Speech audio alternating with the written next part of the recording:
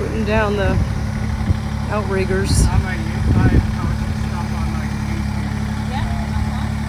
Now he's going to try the other side. You flip the seat around and you can operate both directions and both sides.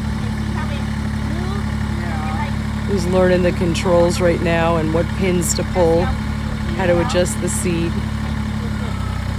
what all the knobs and levers do. So Heiko's pretty happy today.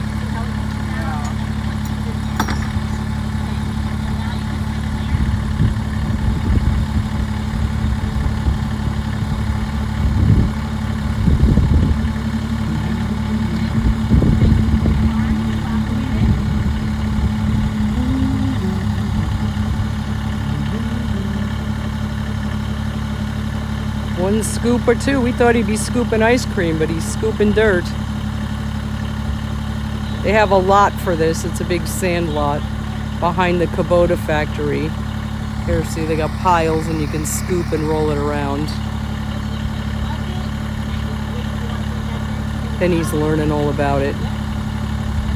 Gonna get some manuals and some promo information. Apparently he's been talking to this chick, her name is Elaine, on Facebook all about this particular scoop, so